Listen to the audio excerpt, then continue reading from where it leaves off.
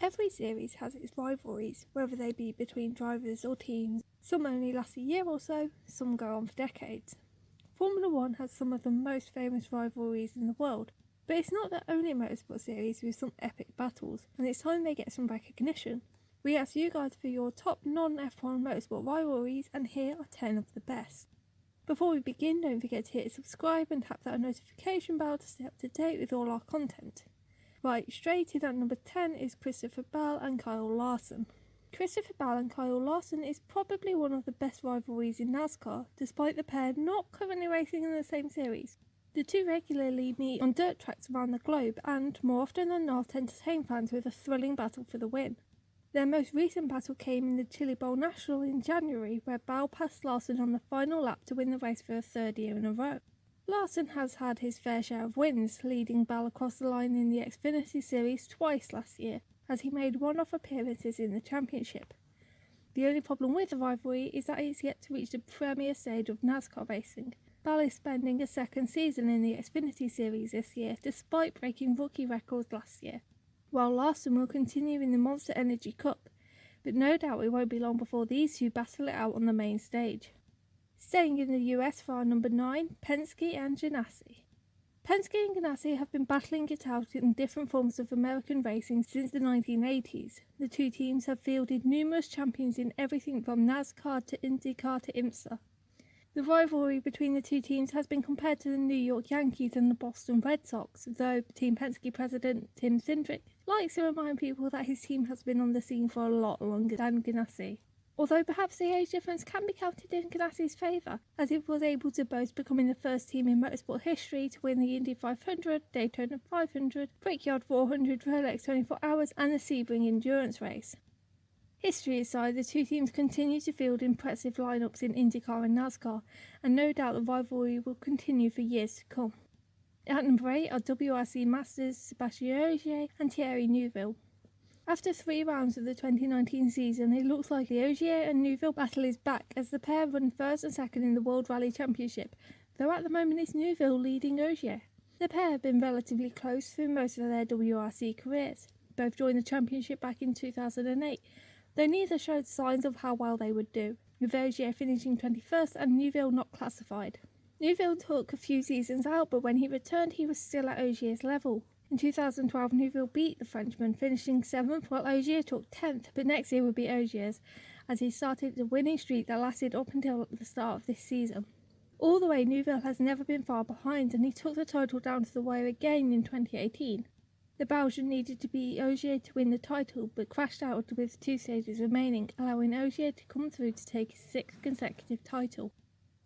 In at number 7 now is Audi and Porsche at Le Mans. For almost 2 decades, Porsche and Audi have dominated the most prestigious race in endurance motorsport, the Le Mans 24 Hours. When Audi left the WEC back in 2016, it had won 13 of the last 18 races, more than any other manufacturer, except Porsche. Unfortunately for motorsport fans, the manufacturers didn't spend that time battling it out at the front of the field.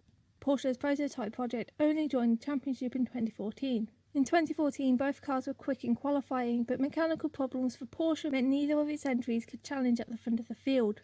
Audi once again took the win. But finally, in 2015, we got the first Porsche vs Audi Le Mans battle. The two teams met on track, with the number 7 Audi and the number 18 Porsche running side by side for a number of corners at one point, and allowing the number 8 Audi to catch them both. It was a breathtaking battle, with Porsche's number 19 car eventually coming out on top. The battle continued in 2016, but with both Audi and Porsche switching their focus to Formula E over the coming years, it was the last time they would go head-to-head at the prestigious track, for the time being at least. Sticking with some famous names now for our number 6, it's Ayrton Senna and Martin Brundle in Formula 3. The 1983 British Formula 3 Championship probably gets a tad more attention than most F3 championships, and that's down to 2 men that would later become household names. At the start of the season, many expected a young Ayrton Senna da Silva to walk away with the title, and for the first half of the year it looked like they would be right. But one man who was going to try to prove them wrong was Martin Brundle. Brundle made Senna earn his early wins. From the first 9 races, he followed Senna across the line in 8. In the second half of the year, Brundle came into his own. He had a consistency that Senna seemed to lack, and was able to take the championship to the wire. In the final race of the season, Brundle was running an old engine and could only finish third. Senna won, taking the title by 9 points. At number 5 is Scott McLaughlin and Shane van Gisbergen. Last year, Scott McLaughlin and Shane van Gisbergen made the Supercar Championship one of the closest fought in recent times, and they'll probably continue to battle for years to come.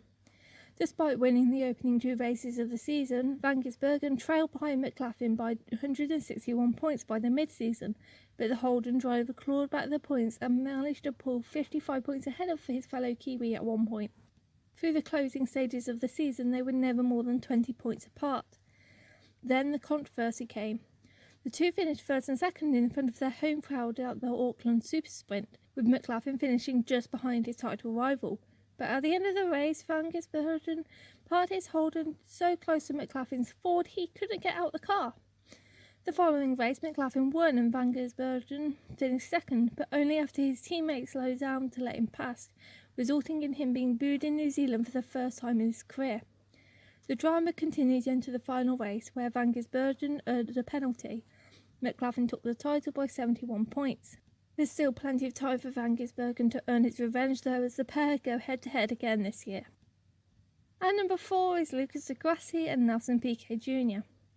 It's fair to say Lucas Di Grassi and Nelson Piquet Jr. don't entirely get along. While it's easy to see Sebastien as Di Grassi's chief rival in FE, the pair appear to get on well enough outside the car, with a few notable exceptions.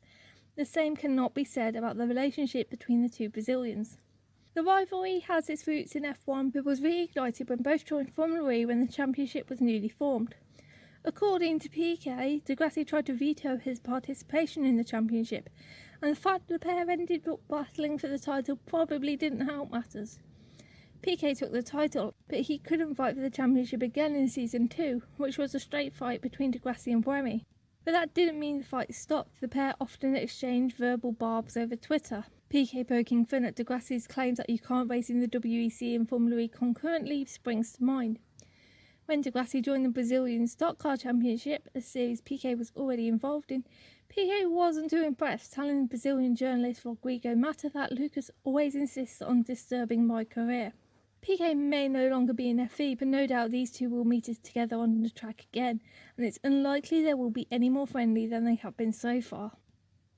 In at number 3 is Matt Neal and Jason Plato, two of the fiercest drivers in the British Touring Car Championship, who have been in the paddock for decades. It's unsurprising Matt Neal and Jason Plato have had quite a few battles. And in a championship like the BTCC, it's unsurprising those battles have led to more than one crash. Over the years, the pair have been involved in countless incidents, and the wars of words that have come after have become part of the BTCC history, but it all came to a head in qualifying for the Rockingham round of the 2011 championship. Neil thought Plato had blocked him on his quick lap and ran into the back of Plato's Chevrolet. In the pit lane, Plato gave Neil the middle finger after he climbed out of his car. Neil confronted Plato and, obviously quite annoyed, told Plato he would rip his face off and drew his fist back. Representatives of both teams rushed in before a physical race could start, but it still didn't go down too well with the stewards. Both were given a fine, 3 penalty points and a suspended grid penalty. It's on to 2 wheels for our number 2, Valentino Rossi and Max Biaggi. Valentino Rossi's long MotoGP career means he's had a fair few rivals in his time, but the best has to be that with Max Biaggi. The rivalry began before either of them reached the top level of bike racing, but things really ignited at Suzuka in 2011. Biaggi nudged Rossi and Rossi ran slightly wide. A lap later, Rossi swept back past Biaggi and gave the more experienced driver the middle finger. 2 months later, the pair came to blows off track, scrapping behind the podium after finishing first and second in Catalonia. It was the start of a long rivalry. Over the next 5 years, the pair would come together many more times. Rossi won the championship in all 5 years, though Biaggi was never far behind.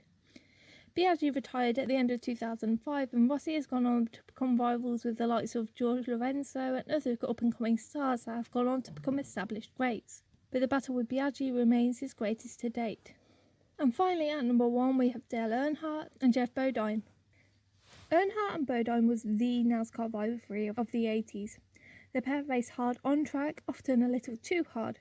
Earnhardt was known for racing aggressively, as he put it, more than once bumping his rivals a little too hard. Bodine wasn't exactly unknown for making the odd contact either, and then coming up with amusing excuses as for why. For example, in the 1987 All-Star race, Bodine was lining up a move on race leader Bill Elliott when Earnhardt knocked into his rear. Bodine was sent over the nose of Elliott and spinning. Earnhardt took the win, and after the race, Bodine and Elliott both made contact with him. Why? Bodine said after, "I ran up beside him to congratulate him, but he didn't see me, so I bumped into him to get his attention. I threw out my hand and gave him congratulations." The rivalry inspired scenes of Days of Thunder and will live on as one of the fiercest in NASCAR history. And that's it for our top 10 non-F1 rivalries. Is there anyone we missed? Let us know in the comments below. And if you want to see more Motorsport top 10s, click the link up above for our top 10 playlist.